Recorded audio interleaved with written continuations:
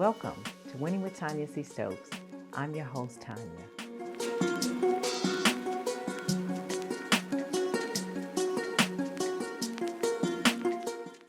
And I am so excited that you chose to tune in today because I think that I have something that's very, very special. It's actually dear to my heart, and I want to share it with you because I am believing that it will be transformational in your life as well.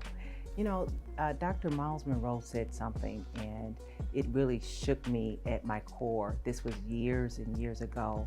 And he said that the graveyard was the wealthiest place on earth. And I had never heard anybody say anything remotely like that. And I pondered that and in terms of what it meant for me. He said that most people, they go to the grave and their treasure is within them, like books that they never written, songs that they never sung, businesses that they never started, inventions and so forth. And I have a book that I want to share with you today that really came from that motivation that I received from him. And it is called Die Without Regrets, 12 Ways to Unleash the Champion on the Inside of You. So I wanted to give you guys a quick excerpt from the book, and that's chapter 1, because I think it's really the most important chapter that really lays the foundation for this, and it's called The Pain of Regrets. And regrets can be defined as feeling sad or repentant or disappointed over something that has happened or been done, especially a lost or missed opportunity. And this is Oxford Languages Dictionary.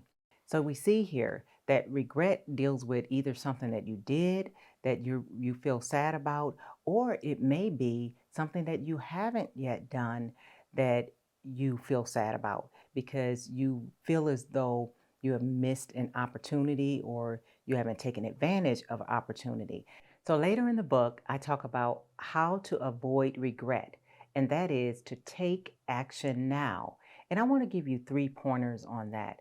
Number 1, I mentioned it a little bit earlier, but this is absolutely key to move on the motivation or move out on the inspiration.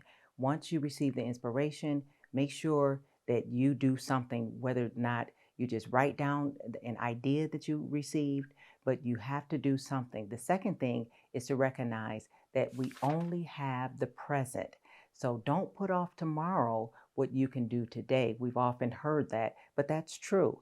So just like when I received my inspiration, I decided at least that night when I went to bed, I was going to determine what the name of the book was that I was going to write, so that in the morning I would begin to write and I would be able to execute that plan, which is actually my 3rd point, to write out a plan. Any builder, when he goes to build, he has to do it from a blueprint.